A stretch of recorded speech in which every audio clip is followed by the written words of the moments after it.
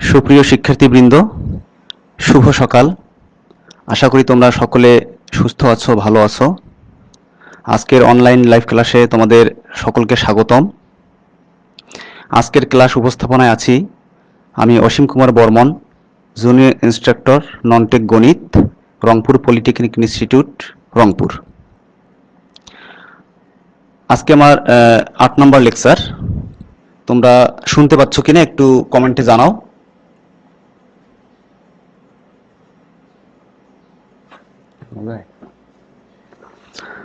আশা করি সবাই শুনতে পাচ্ছ।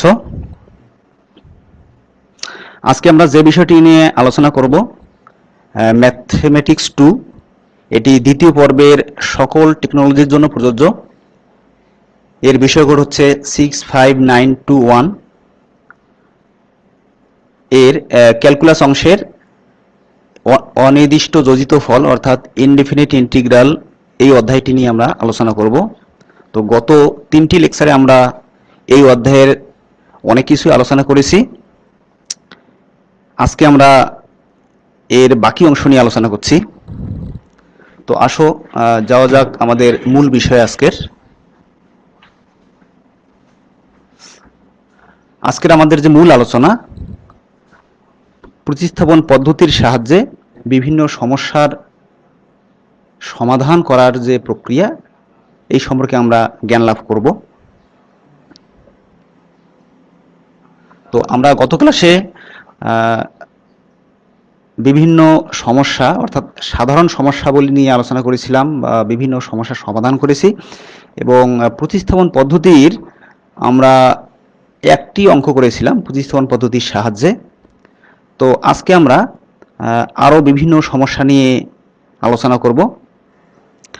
আশা করি তোমরা সকলে খাতা কলম নিয়ে বসে আছো। আচ্ছা, আজকের যে সমস্যা অর্থাৎ প্রতিস্থাপন পদ্ধতি, মেথড অফ সাবস্টিটিউশন, এই পদ্ধতির সাহায্যে যে বিভিন্ন সমস্যাগুলো মূলত আজকে আলোচনা বিষয় হচ্ছে এটাই। তো এখানে প্রথমে আমরা একটি সমস্যা নিয়ে আসছি। গত ক্লাসে আমরা মোট 8টি সমস্যা সমাধান করেছিলাম। আজকে আমাদের সমস্যা নম্বর 9। তো এখানে তোমরা দেখতেই পাচ্ছ যে integration of cos cube x into sin x dx এর মান বের করো। তো এখানে যেটা দেওয়া আছে আমাদের, দেখো দেওয়া আছে integral of cos cube x into sin x dx। তো এই ধরনের যে সমস্যাগুলো তোমাদের থাকবে, এখানে মেনলি দুইটা পার্ট থাকবে তোমাদের। এখানে তোমরা একটু লক্ষ্য করলেই দেখতে পাবে যে দেখো একটা হলো cos কিউব x আর একটা হলো sin x। তো তোমরা জানো যে প্রতিস্থাপন পদ্ধতিতে আমাদের মূল ফাংশন যেটা থাকে অর্থাৎ যে চলকের ফাংশন থাকে, আমাদের এখানে x চলকের ফাংশন। তো এই চলকটিকে অন্য আরেকটি চলকে রূপান্তর করতে হবে।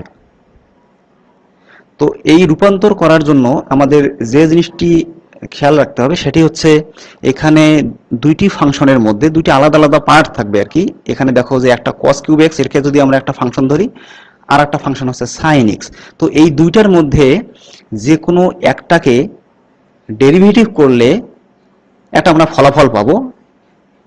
ধরা যাক যদি আমরা sin x কে ডেরিভেটিভ করি, তাহলে sin x এর ডেরিভেটিভের যে ফলাফল, সেই ফলাফলটা বাকি যে অংশটা এখানে থাকলো অর্থাৎ cos কিউব x dx, এই ফলাফলের সাথে পুরোপুরি যাতে মিলে যায় আমরা সেভাবেই ডেরিভেশন করব।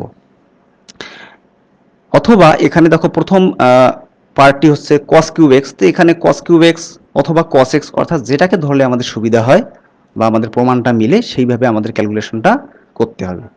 তো এখানে যদি আমরা cos x কে যদি আমরা ডেরিভেটিভ করি, তাহলে যে ফলাফলটা দাঁড়াবে সেই ফলাফলটা আমাদেরকে দেখতে হবে বাকি যে অংশটা থাকছে সেই অংশটির সঙ্গে মিলে কিনা। তো যেটাকে ডেরিভেটিভ করলে বাকি অংশের সঙ্গে মিলে যাবে, সেই অংশটাকে আমাদের z ধরতে হবে। তো তাহলে এখানে দেখো আমরা একটু করে দেখি ক্যালকুলেশনটা। এখানে আমরা প্রথমেই ধরে নিয়েছি, অর্থাৎ এখানে cos x কে আমরা ধরছি z। আমরা দেখি যে cos x কে z ধরলে কি ঘটে। তো এখানে দেখো z ইকুয়াল cos x, অর্থাৎ ডান দিকে চলক আছে x, সুতরাং z টা হলো x এর ফাংশন।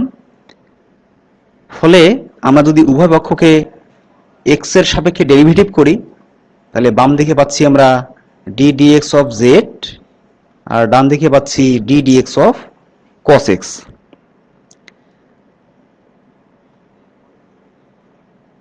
এখন দেখো বাম দিকে যা আছে তাই থাকলো, অর্থাৎ dz dx, এটাকে আমরা d dx অফ z ও বলতে পারি অথবা dz dx ও বলতে পারি। তো এখানে দেখো ডান দিকের অংশটা d dx of cos x, তোমরা ডেরিভেটিভ করার সময় বা ডিফারেনশিয়াল ক্যালকুলাসে তোমরা বিভিন্ন সূত্র জেনেছো, সেই সূত্র থেকে এটা আমাদের একটা কমন সূত্র, d dx of cos x সমান আমরা জানি মাইনাস sin x। তো এখন দেখো আমরা কিন্তু এই cos x মূল যে ফাংশনটা ছিল আমাদের মূল প্রবলেমটা, সেখানে কিন্তু cos x এর অংশটিকে আমরা z ধরছি। তাহলে বাকি থাকলো কি দেখো এখানে এই যে sin x dx। তো এখানে আমরা যে অংশটি আমরা ডান দিকে এখন পর্যন্ত পেয়েছি, এখান থেকে যদি আমরা একটু ক্যালকুলেশন করি, তাহলে minus dz equal sin x dx এই অংশটা আমি পাবো। অর্থাৎ এখানে দেখো sin x dx ইকুয়াল পাচ্ছি মাইনাস dz। তো আমরা এখানে কিভাবে ক্যালকুলেশনটা করব, আমরা যে অংশটিকে z ধরবো সেই অংশটি বাদে বাকি যে অংশটি থাকবে সেই অংশটিকে মেলানোর জন্য যেভাবে ক্যালকুলেশন করা দরকার আমরা সেভাবেই এখানে ক্যালকুলেশন করব। তো এখানে দেখো ফাইনালি আমরা sin x dx এর মান পাইছি মাইনাস dz। অর্থাৎ এখানে আমরা মূল যে আমাদের প্রবলেমটা ছিল সেই প্রবলেমে যে অংশটাকে আমরা z ধরেছি সেই অংশটি বাদে বাকি অংশটি যেটা ছিল এখানে দেখো এই যে sin x dx, সেই অংশটি এখানে কিন্তু পুরোপুরি মিলে গেছে। তো এইভাবে যদি মিলে যায় তাহলে আমাদের বুঝতে হবে এই যে z ইকুয়াল cos x, তাহলে এই cos x ফাংশনটিকে আমরা z ধরবো। ওকে, আশা করি তোমরা বুঝতে পেরেছো। আচ্ছা, এখন এখানে একটু তোমাদের বলে রাখি, যদি আমরা cos x কে z না ধরে যদি sin x কে ধরতাম তাহলে কি ঘটনাটা ঘটতো। আচ্ছা দেখো এখানে যদি আমরা sin x টাকে z ধরতাম তাহলে কি হচ্ছে, z ইকুয়াল sin x, আবার একইভাবে z টা হলো x এর ফাংশন, সুতরাং উভয় পক্ষকে x এর সাপেক্ষে ডেরিভেটিভ করব, তাহলে কি দাঁড়াচ্ছে d dx অফ z বাম দিকে আর ডান দিকে d dx of sin x। তো তোমরা জানো বাম পাশে যা আছে তাই থাকলো, আর ডান দিকে হচ্ছে দেখো এই যে sin x d dx of sin x এর ডেরিভেটিভ আমরা জানি cos x। তো ফাইনালি এখানে ক্যালকুলেশন করলে dz equal cos x dx পাওয়া গেল। তো এখন দেখো যে কথাটা আমি বলেছিলাম যে আমরা sin x অংশটাকে z ধরছি, এইখানে z ধরার কারণে এখানে ফাইনালি ফলাফলটা কিন্তু cos x dx আসছে ক্যালকুলেশন করার পর। তো এখানে বাকি অংশ যেটা আছে এখন সেটা কিন্তু cos x dx নাই, এখানে কি আছে আমাদের cos cube x dx। সুতরাং অবশ্যই z ইকুয়াল sin x টা নেওয়া যাবে না, তাহলে এটা আমাদের নিলে ভুল হবে, সুতরাং এটা আমাদের নেওয়া যাবে না। তাহলে আমরা দেখো কি পাচ্ছি, কোনটাকে ধরতে হবে, z ইকুয়াল cos x। তো এইভাবে করার পরে আমাদের এখন মানগুলো এখানে বসাই দেব। দেখো মূল যে ফাংশনটা ছিল cos x এর পরিবর্তে আমরা z বসাচ্ছি, যেহেতু এখানে cos এর পাওয়ার 3 আছে অর্থাৎ কিউব, সুতরাং z কিউব, এবং বাকি যে অংশটি থাকলো sin x dx, এই মানটা আমরা এখানে জানি এই যে sin x dx equal to minus dz। তো sin x dx এর পরিবর্তে এখানে আমরা মাইনাস dz, এবং এখানে মাইনাসটা আমরা ইন্টিগ্রেশন চিহ্নের একবারে সামনে নিয়েছি, ভিতরে রাখলেও সমস্যা নেই, তবে আমাদের দেখার ভালোর জন্য কোনো চিহ্ন বা কোনো ধ্রুব সংখ্যা যদি থাকে সেটাকে আমরা ইন্টিগ্রেশন চিহ্নের বাইরে নিয়ে আসবো, অর্থাৎ সামনে।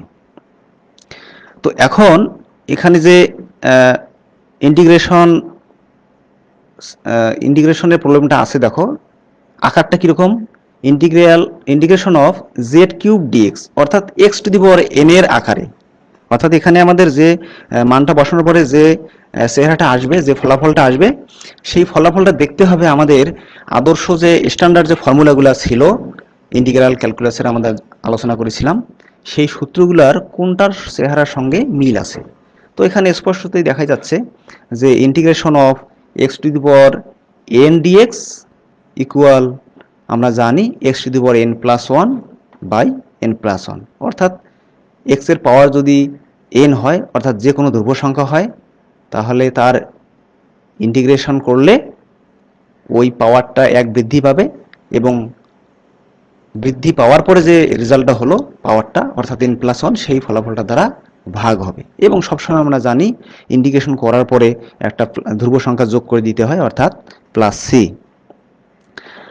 তো সেই হিসেবে একটু লক্ষ্য করো, আমাদের মূল যে সূত্রটা, সেই সূত্রটা কিন্তু এক্স চলকের সাহায্যে দেওয়া আছে, এক্স এর ফাংশন হিসেবে দেওয়া আছে, চলকটা হলো এক্স, এবং আমাদের এখানে যে প্রবলেমটা এখন দাঁড়ালো সেটা হলো জেড এর ফাংশন।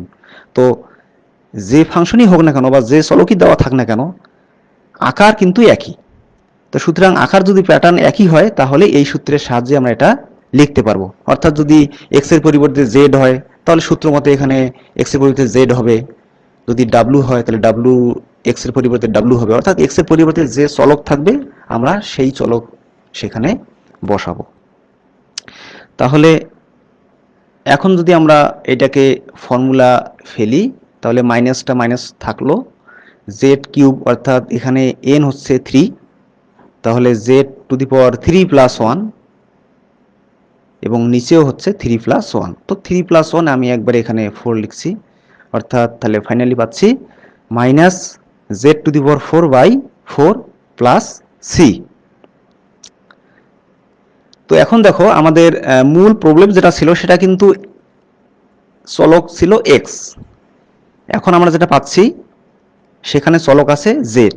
তো যেহেতু মূল ফাংশনটা আমাদের এক্স এর ফাংশন, সুতরাং আমাদের এর ইন্টিগ্রেশনের ফলাফল যেটা হবে, অর্থাৎ ইন্টিগ্রাল যেটা হবে, সেটাও যাতে এক্স এর ফাংশন হয়, এজন্য এখানে চলকটা আবার পরিবর্তন করতে হবে। অর্থাৎ এই যে জেড ইকুয়াল যে আমাদের কস এক্স ছিল, এই জেড এর মানটা আমরা এখানে আবার বসাই দেবো এখন।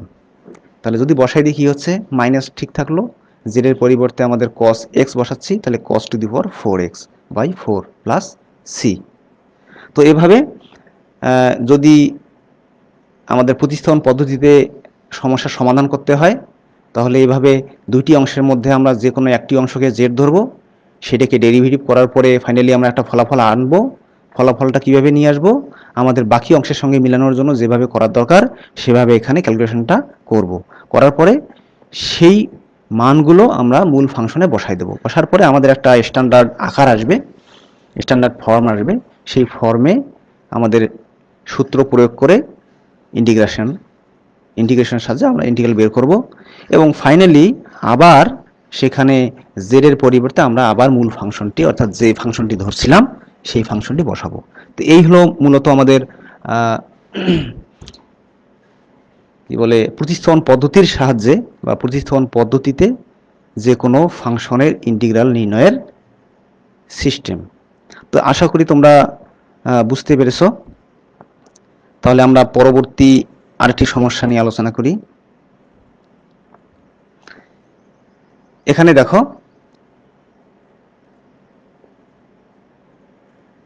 Integration of 1 by x 1 plus log x.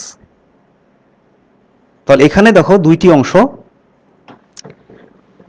আমরা এভাবে বলতে পারি যে একটা হলো 1 বাই এক্স, আর একটা বলতে পারি 1 বাই 1 প্লাস লগ এক্স, অথবা শুধু বলতে পারি এক্স, অথবা শুধু বলতে পারি 1 প্লাস লগ এক্স।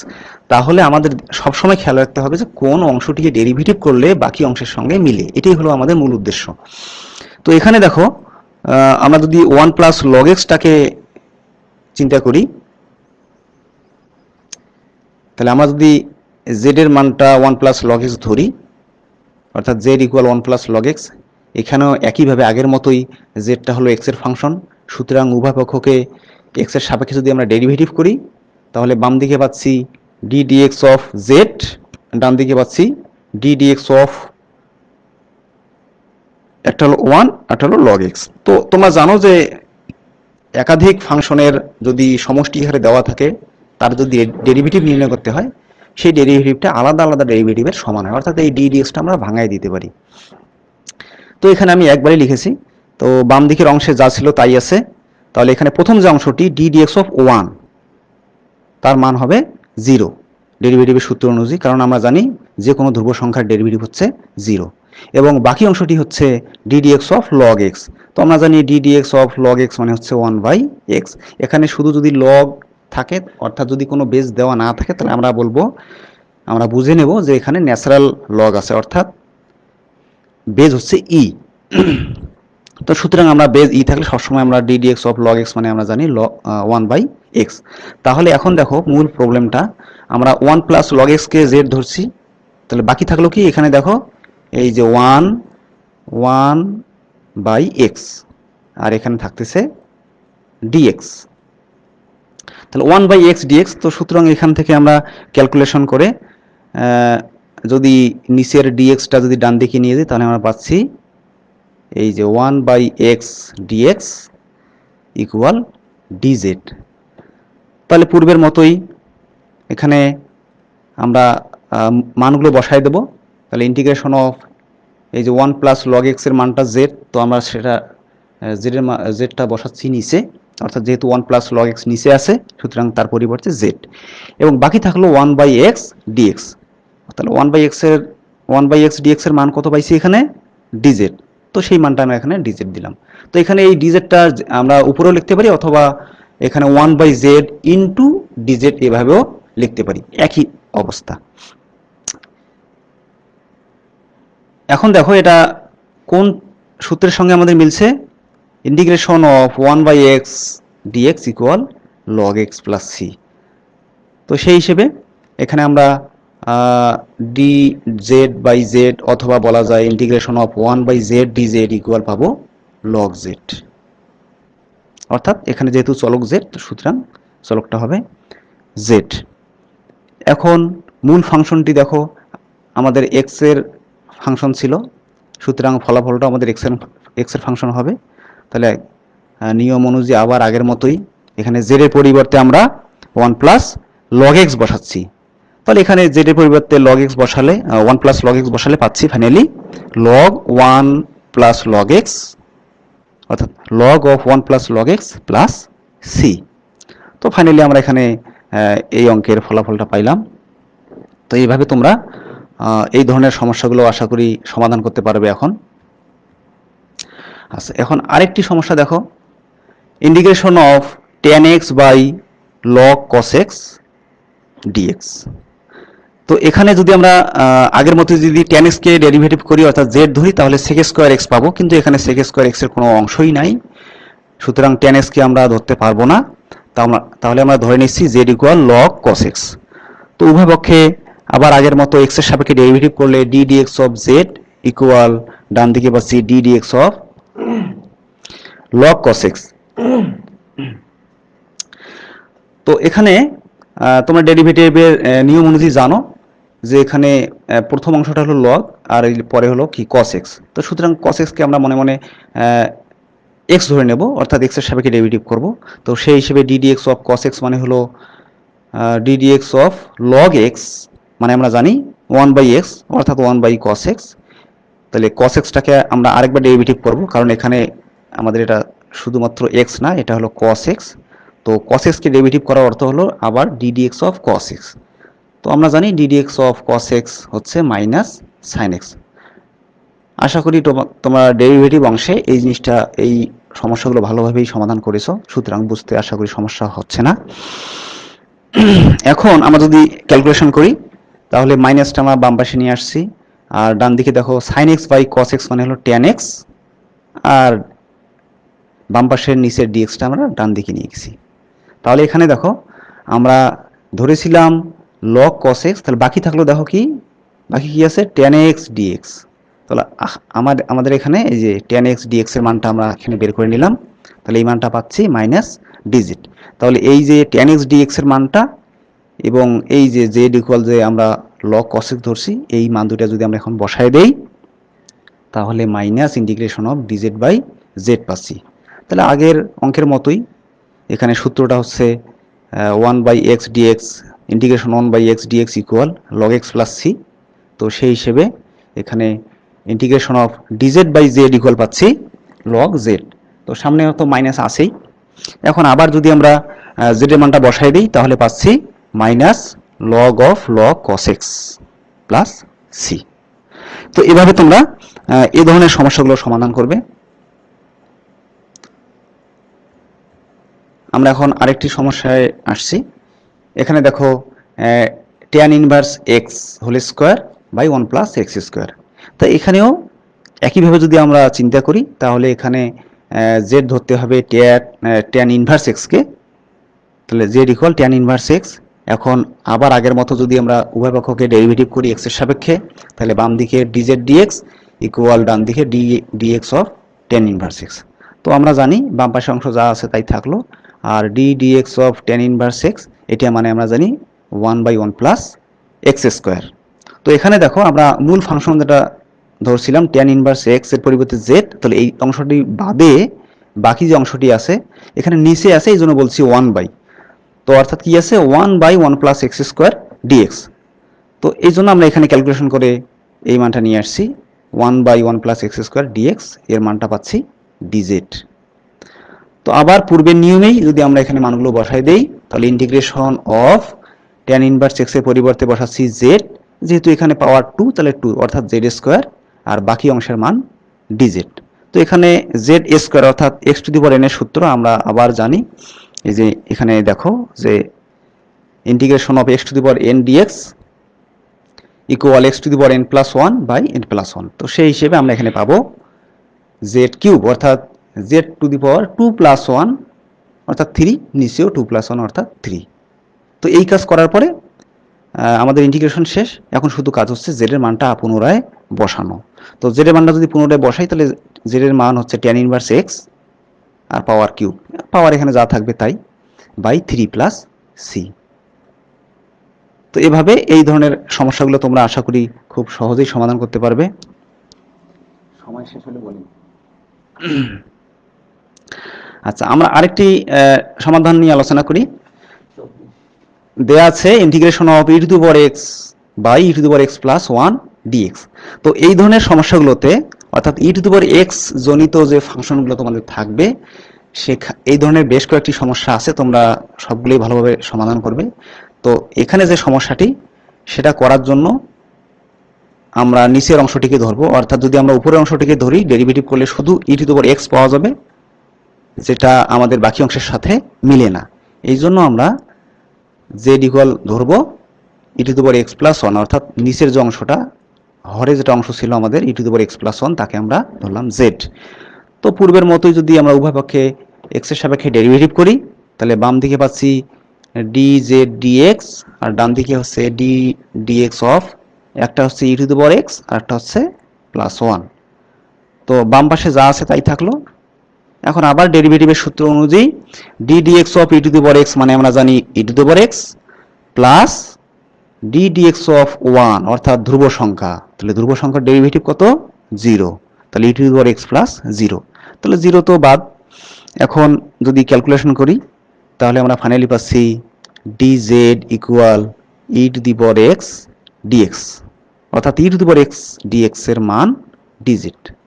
অর্থাৎ এখানে আমরা এমনভাবে ক্যালকুলেশন করব, এই যে বলছি যেটাকে জেড ধরবো সেই অংশটি বাদে বাকি যে অংশটি আছে সেই অংশটি এখানে কিভাবে নিলে মিলে বা মিলবে সেই হিসেবে আমরা এখানে নিব। তো এখন মানগুলো বসায় দাও, তাহলে মানগুলো বসাইলে পাচ্ছি integration of dz by z, আবার ওই লগ এক্স এর সূত্র, অর্থাৎ integration of 1/x dx equal log x plus c. তো সেই হিসেবে integration of dz by z অথবা বলতে পারি ইন্টিগ্রেশন অফ 1/z dz, যেভাবেই বলো না কেন একই কথা। তো এটা সমান লিখতে পারি log z প্লাস সি। তাহলে এখানে আবার ওই জেড এর মানটা আমরা বসাই দেব। তাহলে এখানে জেড এর মানটা ছিল e to the power x plus 1, তো তার পরিবর্তে আমরা বসাচ্ছি e to the power x plus 1, অর্থাৎ ফাইনালি পাচ্ছি log of e to the power x plus 1 plus c. তো এটা হলো ই টু দি পাওয়ার এক্স আছে এরকম একটা ফাংশনের ইন্টিগ্রাল আমরা কীভাবে বের করি। এখন ওরকমই আরেকটি সমস্যা আমরা দেখি। দেখো এখানে integration of 1 by e to the power x plus 1 dx. এখানে দেখো আমরা যদি নিচের অংশটাকে ধরি তাহলে কিন্তু ই টু দি পাওয়ার এক্স পাচ্ছি, যেটা বাকি অংশের সঙ্গে মিলে না। তাহলে সুতরাং এটা পূর্বের নিয়মে করার আগে আমাদের একটু ক্যালকুলেশন করে নিতে হবে। অর্থাৎ এখানে দেখো আমরা এই প্রথম অংশটি ঠিক আছে, এই 1 এর পরিবর্তে আমরা e to the power x by e to the power x লিখতে পারি, অর্থাৎ কাটাকাটি গেলে আবার 1ই থাকে। এখন নিচে যদি আমরা e to the power x common নেই তাহলে প্রথম অংশে থাকছে 1 আর ডান দিকে পরের অংশটিতে থাকছে 1 by e to the power x. তো এখন এই যে এখানে দেখো নিচের যে ই টু দি পাওয়ার এক্স আছে এটাকে যদি আমরা সূচকের নিয়ম উপরে নিয়ে যাই তাহলে e to the power minus x পাবো। একইভাবে নিচে 1 ঠিক আছে, এবং এই যে প্লাসের পরে 1 by e to the power x এটাকে যদি আমরা উপরে নিয়ে যাই তাহলে পাচ্ছি e to the power minus x. এখন দেখো মোটামুটি আগের অঙ্কের ফরম্যাটে চলে আসছে। তো এই ক্যালকুলেশনটাকে আমরা অন্যভাবেও করতে পারি। এখানে একটু তোমরা দেখো যে এখানে যেটা দেওয়া ছিল, এখানে যদি আমরা লব এবং হরকে ই টু দি পাওয়ার এক্স দ্বারা ভাগ করে দেই তাহলে দেখো পাচ্ছি এই যে 1 by e to the power x divided by e to the power x by e to the power x plus 1 by e to the power x. একইভাবে উপরের অংশটাকে 1 by e to the power x কে লেখা যায় e to the power minus x, নিচে প্রথম অংশটি ই to the power x কাটা যাচ্ছে অর্থাৎ 1, এবং একইভাবে ডান দিকের অংশটিকে লেখা যায়। তো তোমরা এখানে যে কোনো একটা নিয়মেই তোমরা এইভাবে ফাইনালি আসবে, সিম্পলিফাই করবে, যেটা তোমাদের সহজ হয়। তো এখন বাকি অংশটি করার জন্য দেখো এখানে আমরা যদি নিচের অংশটিকে জেড ধরি, এখানে দেখো যদি নিচের অংশটাকে জেড ধরি অর্থাৎ z equal 1 plus e to the power minus x, তাহলে উভয় পক্ষকে আমরা যদি ডেরিভেটিভ করি তাহলে d z dx equal d dx of 1 plus e to the power minus x. এখানে যদি আমরা ডেরিভেটিভ করি তাহলে ফাইনালি ক্যালকুলেশন করে পাচ্ছি minus d z equal e to the power minus x dx. তো এখানে ডেরিভেটিভ সূত্রগুলো আমি এখানে লিখে দিয়েছি তোমাদের বোঝার সুবিধার্থে, সেই হিসেবে আমরা এখানে মানগুলো পেলাম। এখন এই মানগুলো যদি আমরা এখানে বসাই দিই, দেখো minus integration of dz by z, অর্থাৎ আবার ওই আগের সূত্র 1 by integration of 1 by x dx equal log x plus c, সেই সূত্র অনুযায়ী এখানে পাচ্ছি minus log z plus c. তো ফাইনালি জেড এর মানটা আবার বসাই দিলে ফাইনালি রেজাল্টটা পেলাম। তো এইভাবে তোমরা এই ধরনের সমস্যাগুলো আশা করি সমাধান করতে পারবে। তো আজকে আমরা আর সমস্যা নিয়ে আলোচনা করব না, আমরা পরবর্তী ক্লাসে এর কিছু সমস্যা এবং এর পরের যে পদ্ধতিটি আছে অর্থাৎ ইন্টিগ্রেশন বাই পার্টস, সেটার সাহায্যে আমরা আগামী ক্লাসে সমাধান করব এবং সেই পদ্ধতি সম্পর্কে বিস্তারিত জানব। তো আজকের ক্লাসে এ পর্যন্তই। তোমাদের কিছু বাড়ির কাজ থাকবে, যে এখানে বাড়ির কাজ তোমাদেরকে দিয়েছি আমি মোটামুটি 6টি।